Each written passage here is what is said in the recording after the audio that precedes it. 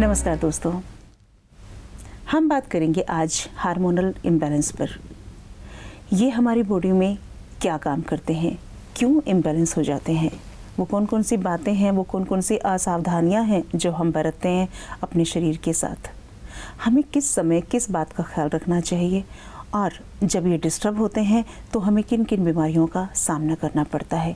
इन सब पर बातचीत करने के लिए हमारे बीच yoga teacher and lifestyle counsellor हमारी बाला दीदी ओम शांति। ओम शांति। दीदी, हमने जो अपने पिछले एपिसोड में बात की वो बहुत सुंदर बातें और बहुत सुंदर बिंदुओं पर आपने प्रकाश डाला। आज हम जिस विषय पर बात करने जा रहे हैं वो है हार्मोनल इम्बैलेंस। हमारी बॉडी में जो हार्मोन्स होते हैं वो क्यों इम्बैलेंस हो जाते हैं। पहली बात तो ये हार्मोन्स होते क्या है, इनका हमारी बॉडी में क्या कार्य रहता है। जी अदिति बहन जी, हार्मोन्स की डिस्टरबेंस से जी आज हम सभी बहुत सारी बीमारियों से ग्रसित हैं, चाहे डिप्रेशन की बीमारियां हैं या और भी काफ़ी बीमारी है।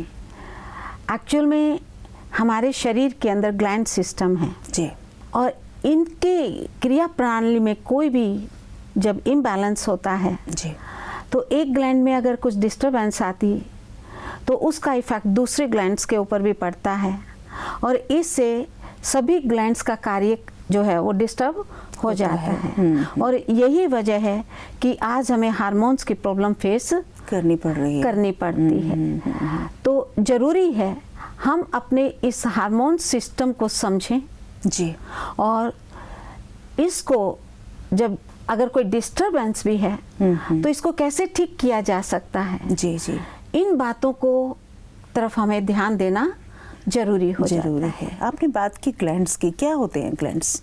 ये ग्लैंड्स जो है 9 ग्लैंड्स हैं हमारे शरीर में जी, और इन सब का कार्य ये सभी सामूहिक जिम्मेवारी से कार्य करती हैं। अच्छा। और ये 9 ग्लैंड्स जो हैं जैसे थायराइड ग्लैंड है, पिट्यूटरी ग्लैंड है, पीनियल ग्लैंड है, थाइमस ग्लैंड है जी, एड्रिनल ग्लैंड है और मेल फीमेल सेक्स ग्लैंड है और लिम्फ ग्लैंड है, पैनक्रियास है। ये ग्लैंड सिस्टम है हमारे अंदर में जिससे टाइम टू टाइम हार्मोन्स निकलते रहते हैं। अच्छा। और ये ग्लैंड्स जो है इनके अंदर खराबी आने से ही 75 से लेकर 90% तक बीमारियां आती है। अच्छा। और अगर हम इनको सही कर लेते हैं तो हम फिजिकल बीमारी दूर करने से पहले हमें अपनी मेंटल बीमारी को ठीक करना होगा। हाँ, और हाँ। मेंटल बीमारी को ठीक करने के लिए हमें आध्यात्मिकता की ओर जाना बहुत जरूरी हो जाता है। क्योंकि आज का जो समाज कहें, आज जो साइंस है वो बॉडी माइंड की बात करती है। जी जी, लेकिन वास्तविक में हमें समझना होगा कि सोल माइंड बॉडी, जी, क्योंकि सारी एनर्जी माइंड में सोल से आती जी, और उससे फिर हमारे बॉडी के अंदर जाती है। और अगर हम हमारी मेंटल हेल्थ, फिजिकल हेल्थ को अच्छा रखना चाहते तो आध्यात्मिकता की तरफ जाना पड़ेगा जी। और उसके लिए फिर हम राजयोग की तरफ भी जाएंगे क्योंकि आज हमारी ये ग्लैंड सिस्टम एकदम डिस्टर्ब है। हाँ। तो दीदी, जैसे कि ये स्पिरिचुअल जो हेल्थ की बात आप कर रहे हैं, मैं समझती हूँ इसमें हम बाद में जाएं। पहले मैं आपसे ये जानना चाहूँगी जो ये ग्लैंड्स हैं इनकी कार्य प्रणाली कैसे होती है। यस जी। तो इसके लिए जैसे हम एक एग्जाम्पल से आपको स्पष्ट करना चाहेंगे। जैसे एक मधुमक्खी होती है ना, तो वो फूलों से उसका रस संचय करके और उसमें अपना सिक्रेशन मिक्स करके शक्तिशाली हार्मोन्स का निर्माण मधु बनाती है। हार्मोन्स नहीं, मधु बनाती है। और शहद आप देखते हैं जो कि इंस्टेंट एनर्जी हमको देता है। बिल्कुल सही बात। सब विटामिन मिनरल से भरपूर होता है। हाँ ठीक है, डायबिटीज के पेशेंट ये थोड़ा इस पे गौर करना पड़ता है, उनको वो नहीं ले सकते। बाकी तो इससे हमें इंस्टेंट एनर्जी मिलती है जी। और इसी तरह से ये ग्लैंड सिस्टम जो है शरीर से आवश्यक तत्वों को ग्रहण करके उसमें अपना सिक्रेशन मिक्स करके एक केमिकल फैक्ट्री की तरह शक्तिशाली हार्मोन्स का निर्माण करती है। और ये हार्मोन्स जो हैं आकाशवाणी की तरंगों की तरह अच्छा, पूरे शरीर के अंदर फैलते हैं, हर अंग तक पहुंच जाते हैं। अच्छा। और प्रत्येक ग्लैंड एक या उससे अधिक हार्मोन्स बनाती है। जी जी जी। और ये ग्लैंड इतनी शीघ्रता से हर ऑर्गन्स तक पहुंच जाते हैं, क्योंकि ऑर्गन भी कुछ कोशिकाओं का समूह है। तो वहाँ जो कोशिकाओं में वियर टियर होती रहती है, टूट फूट चलती रहती है, तो उन मृत प्राय कोशिकाओं तक पहुंचकर उन्हें पुनर्जीवित कर देती हैं, और ताकि वे ऑर्गन्स अपना कार्य फिर से पूरी रीति से कर सके। इसलिए ग्लैंड सिस्टम का सही होना बहुत जरूरी होता है। और ये सभी ग्लैंड एक केंद्रीय मंत्रिमंडल की भांति सामूहिक जिम्मेवारी से अपना कार्य करती है। एक ग्लैंड में अगर कोई खराबी आ जाती है तो इसका प्रभाव अन्य ग्लैंड्स के ऊपर भी पड़ता है और उनका कार्य भी ठप हो जाता है। और इसलिए एक ग्लैंड में थोड़ी भी अगर खराबी आती है तो सभी ग्लैंड उसको सहयोग देने की कोशिश करती है। लेकिन अगर कोई ग्लैंड इतनी अशक्त हो जाती है कि वो दूसरी ग्लैंड के सहयोग को भी नहीं ले पाती है, तो फिर हमारे शरीर की सारी जो केमिस्ट्री है वो चेंज हो जाती है। तो बाहरी लक्षण क्या है इसके, जैसे हमें पता चले कि हमारे जो ग्लैंड्स हैं वो सही कार्य नहीं कर रहे, जैसे कि आपने बोला एक भी अगर खराब हो जाता है या वो वीक हो जाता है, तो उसका कोई बाहरी लक्षण है जिसे हमें पता चल सके कि हमारे ग्लैंड्स में प्रॉब्लम्स आ रही हैं? देखिए, इसके अंदर सभी ग्लैंड्स को देखना पड़ेगा, हमें किस टाइप की प्रॉब्लम हम फेस कर रहे हैं। जी जी जी। क्योंकि ये ग्लैंड क्यों खराब होती है? क्योंकि हर ग्लैंड को जैसे कुछ क्वालिटीज की, गुणों की, शक्तियों की जरूरत रहती है जी। क्योंकि हम जानते सारी स्पिरिचुअल एनर्जी हमारे नर्वस सिस्टम के द्वारा, चाहे नेगेटिव हो चाहे पॉजिटिव हो जी, वो ब्लड के जरिए ही हर ऑर्गन सेल तक पहुंचती है। अच्छा। और आज चारों तरफ समाज के अंदर क्या फैला हुआ है? झूठ, चोरी, नेगेटिविटी, ये सब फैला हुआ है। और ये नेगेटिव एनर्जी हमारे अंदर में जा रही है। जैसे कि पिट्यूटरी ग्लैंड को हम लें, अच्छा, ये ब्रेन के अंदर हमारे मस्तिष्क में जी नीचे की तरफ होती है और एक मटर के दाने के जैसी ये ग्लैंड है। अच्छा। ये मास्टर ग्लैंड है।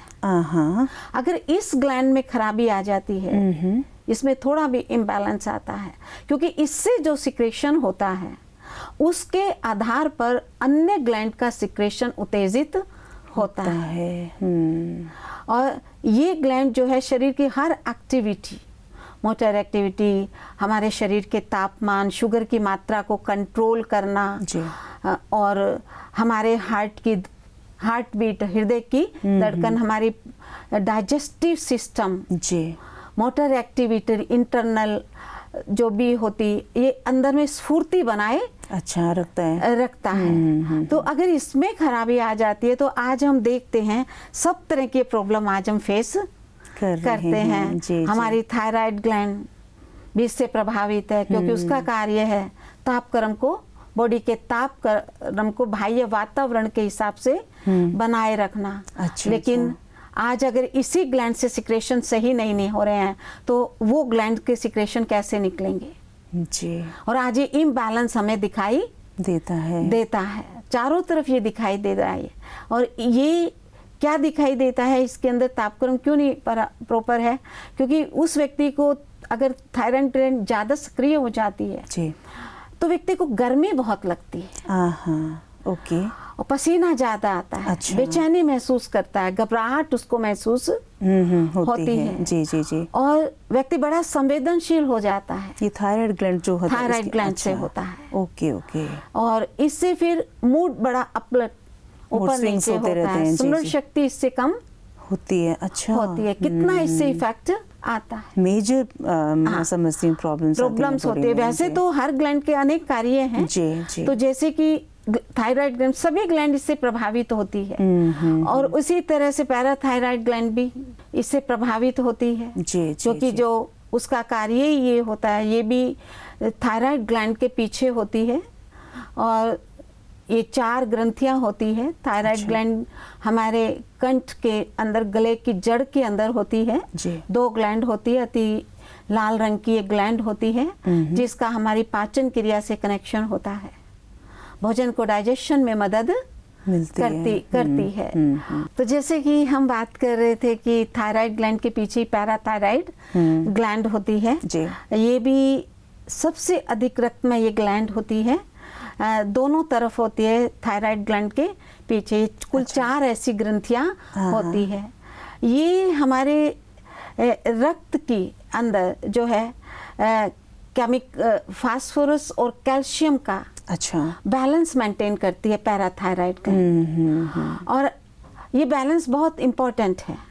अगर ये बैलेंस बिगड़ जाता है तो क्रैम्प्स आते हैं। हम देखते हैं हाथ में, पाँव के अंदर अक्सर करके क्रैम्प्स आते हैं। तो कैल्शियम का अनुपात हमारे ब्लड के अंदर बहुत जरूरी होता है, क्योंकि ये रक्त के प्रवाह के लिए भी जरूरी है। हमारी जो नाड़ियां हैं और मांसपेशियों की गतिविधियों को क्रियाशील बनाए रखने के लिए भी ये बहुत जरूरी है।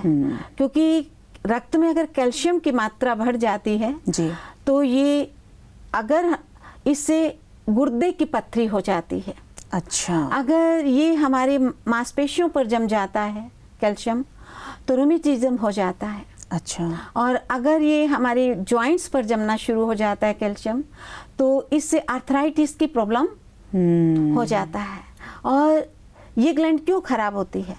क्रोध से ये ग्लैंड ज्यादा खराब होती है। क्या बात है, हमें पता ही नहीं है। और क्रोध आज व्यक्ति कितना करता है। कई बार तो ये देखने में आता है कि बहुत ज्यादा जब आवेग में हम होते हैं तो उससे स्ट्रोक तक भी हो सकता है। तो ये ग्लैंड सही कार्य करे, इसके लिए हमें शांति चाहिए, धैर्यता चाहिए, सहयोग चाहिए, स्थिरता चाहिए अपने अंदर में, तभी ये ग्लैंड सही कार्य करती है। व्यक्ति को बहुत सहनशील होना जरूरी हो जाता है।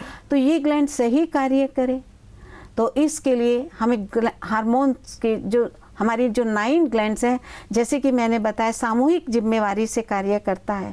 और तो हर एक ग्लैंड्स के ऊपर एक दूसरी ग्लैंड के सिक्रेशन का इफेक्ट भी आ रहा है। तो इसलिए सबका हमें सही नॉलेज होना जरूरी होता है। और कैसे अगर हमारी ये प्रॉब्लम्स हम अपनी लाइफ में फेस कर रहे हैं तो हमें अपने आप को इन ग्लैंड्स की नॉलेज के द्वारा अपने अंदर को, अपने स्वभाव को भी समझना बहुत जरूरी हो जाता है। क्योंकि ये थायराइड ग्लैंड ही है जो आज हम देखते हैं हस्बैंड वाइफ के अंदर क्यों नहीं बनती है। पारिवारिक जीवन में इस ग्लैंड का बहुत इम्पोर्टेंस है। ये हमारे स्वभाव को नियंत्रण में रखती है। आप देखेंगे परिवार में देखने में आता है कि हस्बैंड वाइफ में से किसी की एक की ये ग्लैंड बहुत सक्रिय हो जाती है और एक की निष्क्रिय हो जाती है तो उनके स्वभाव में कभी बैलेंस नहीं होगा।